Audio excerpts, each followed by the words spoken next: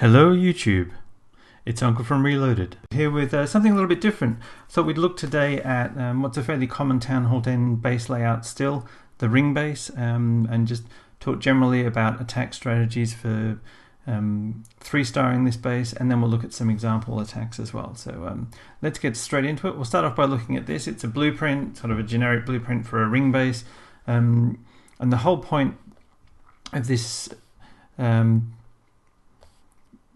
base design is centered around, there's this inner compartment here, and generally inside this inner compartment, which is kind of this bit here, is where you'll find things like inferno towers. Generally both infernos are in here. There'll be some expos, the CC, the town hall, so all the dangerous fruit and the town hall are in that central compartment. And the whole purpose of this base design has been, let's say you just broke in through the wall here and then dropped all your troops into the base, is to make your troops run around the edges. It's to make them run around this ring rather than go into the core. And while they're running around the ring, the inferno towers and expos are just slowly melting them. So that's why it's been successful. So knowing that, how do you go about doing it? Well, the trick is building a funnel. And we're all familiar with funneling. At Town Hall 9, you've got to funnel your troops to get them into the base.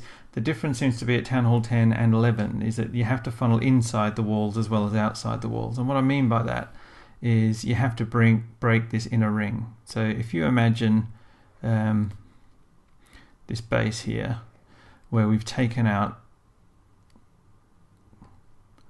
all the buildings in this section here, inside this ring. So we've taken out all that stuff. And the same on this side, we've taken out these buildings.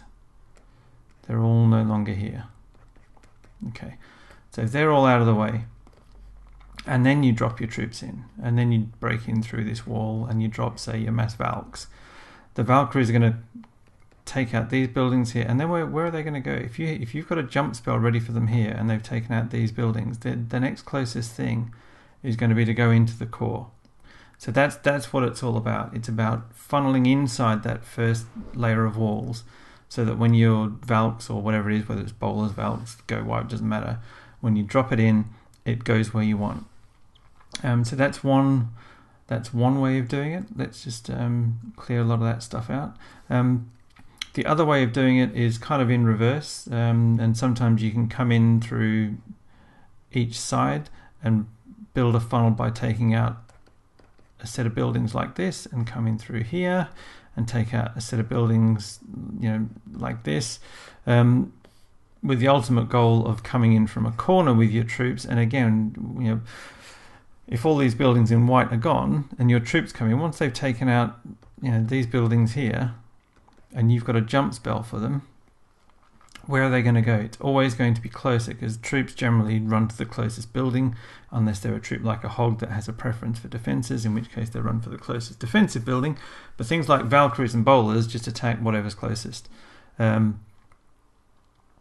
So if you've cleared a path on each side and you come in through a corner, they're still going to jump into that core, but they're going to come in from a corner. Now, which of those two you choose, whether you clear the corners and come in from an edge, or whether you clear the two edges and come in from a corner, it's going to depend on the base and the base layout and where the king and queen are, where the expos are, and so on and so forth. But that's the general idea. And then it's all about how you make it work for you efficiently in terms of troop space and what troops you use. So let's take a look at a couple of examples. First of all, let's take a quick look at the base. So this one's actually got sort of 2 layers of rings. There's that outer ring and then the inner ring, and then there's the central compartment. And as we discussed, there's all 3 expos, both infernos and the CC, all inside that central compartment. So that's the key, is to get in there and get that stuff down, and then the rest of it's just cleaning up the defenses around the edge. You'll notice that the king and queen are not inside that central compartment, and where they aren't inside, I prefer to come in on an edge either where the king is or where the queen is. So either come in straight towards the king and then run out the back to the queen on the far side of the compartment, or run in towards the king and come out through the queen. Don't like to come in through the other sides, and the reason is there's always the risk that your Valks get distracted by the royals and run off to kill them, and that can sometimes be enough to make them run around the corner to where the king or queen is, and if there are other buildings near them, then they after they've taken out the king or queen, they then continue on their merry way around the ring. So that can be a risk, and that's why I prefer to come straight into the royals. But let's take a look. So I think we start off just by dropping a hog at the top here just to get the CC lure. That's just a personal preference of mine. If I can, I prefer just to deal with a CC, and the way I prefer to deal with it is usually by the queen with a few healers on her. I'm also going to use the queen to take one part of the funnel. It is quite a dangerous CC this. There's a Valkyrie, a dragon, a wizard, so I end up having to pop her ability, but that's alright. Her main job is to make this funnel. Hopefully with these healers she will be able to keep doing extra work. You see there's some wall breakers up on the top here. There's some max bowlers and the king. There's a jump spell just to help them get into the core. I end up having to use a rage spell on the queen to keep her alive, but that's still good value to make this to break this ring and funnel of alts in. And if we just pause at this point here, you'll see the queen's already, she's already broken the ring at the bottom. At the top of the screen, the ring is just about made. So even, dropping the valves down now in slight anticipation of the rest of that ring being broken. But you can already see there's a clear path for the Valkyries to run straight into the course. The only thing that you have to do is to remember to drop your jump spell for them pretty much on top of that X-bow, where near the Archer Queen, and they'll run straight in. I've got one less rage spell. I normally would like to use two rages, one on pretty much on top of where the Queen's altar is, and the second one in through the core, but we've had to use one on the Queen, but no matter. So the Valkyries just burn their way through these outer buildings, and because there's nothing near them, they run through the outer wall as well. The rage spell gets them in through the core quickly, and look, there's nowhere else for them to go. Look at where the closest building is once they finish taking out that section. Because we've funneled and taken the two corners apart, the closest building, which is what they're going to run to, is inside the core. That's exactly where they run. So they every single Valkyrie runs inside.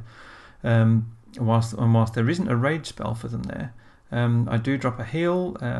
There's 12 or so Valkyries. Even whilst there's one Inferno up, it's still worth dropping your heal, because whilst 5 of them won't be getting healed, the rest of them will. And when the Inferno goes down, all of them get healed. And then at this point, I don't have to worry too much about having a jump spell to get them out of the course. Sometimes you can. It depends on the base a little bit. But the point is, the dangerous stuff is all gone, and the rest of it is just clean up. It's part of the reason why I like using the Queen with 4 healers is, depending upon where the giant bombs are, sometimes you can lose your Valks a bit earlier, but the Queen having those healers behind her pretty much always has enough juice to keep going. We'll fast forward a little bit at this stage, because it's just the Queen doing her thing with a little bit of help from the remaining troops. You don't always have a lot of troops left, but the main thing is just to get through that core, which gets through the middle, and so there's only 13 Valks. But that's all you need to burn your way through a core here. Let's take a look at a different example, but still exactly the same principle. So this is Town Hall 11 action, courtesy of Major. And here it's quite there's one big outer moat, and then there's 2 inner compartments, if you like. But exactly the same principle applies. The Major is using bowlers rather than Valkyries, but again, you've got to stop your bowlers running around the edge. Let's take a look at how Major does it. So he's coming in from the lower right hand side, and he just starts off with he drops the earthquake spell there, but a couple of wall breakers, opening up a few different places along. You see he's opening up 3 different spaces, and so that's going to enable him to break this outer ring. He's using his Queen with some healers to look after the top compartment, and you can already see she's pretty much already broken that outer ring. So that's easy work for her.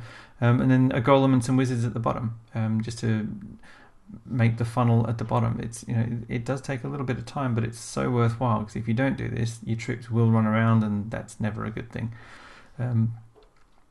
So drops his king and queen. There's a couple of Valkyries just to help with the funneling, and then here come the bowlers, and just absolute massive bowlers coming in. And if we pause, where else are they going to go? There's only one spot for them. So he's got 2 jump spells down.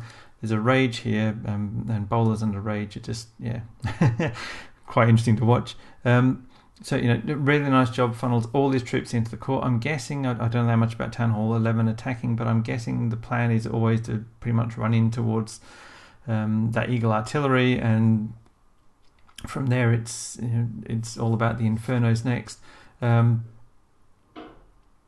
But look, one of the benefits of getting the funneling right is it keeps all of your troops together. So for Town Hall 10s, it means that your rage and heals become more effective. For Town Hall 11, it means that, but it also means that your Warden's ability, when you hit it, you get better value from it. And how close is that Expo to going down? It's got so little health left,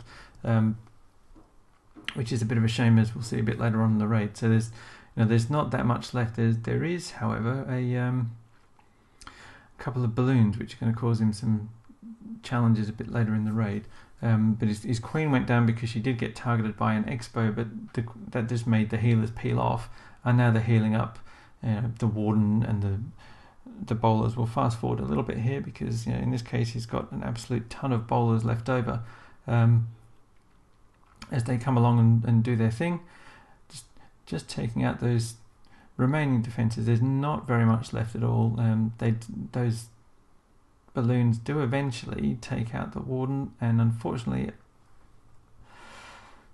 a drop from a balloon is enough to take out a bowler, and it's so close. It's just agonisingly close. But superb funneling and an absolute corker of an attack. So yeah, Town Hall 10 and 11, similar principles in funneling. We'll take a look at another attack. I think that one... here we go.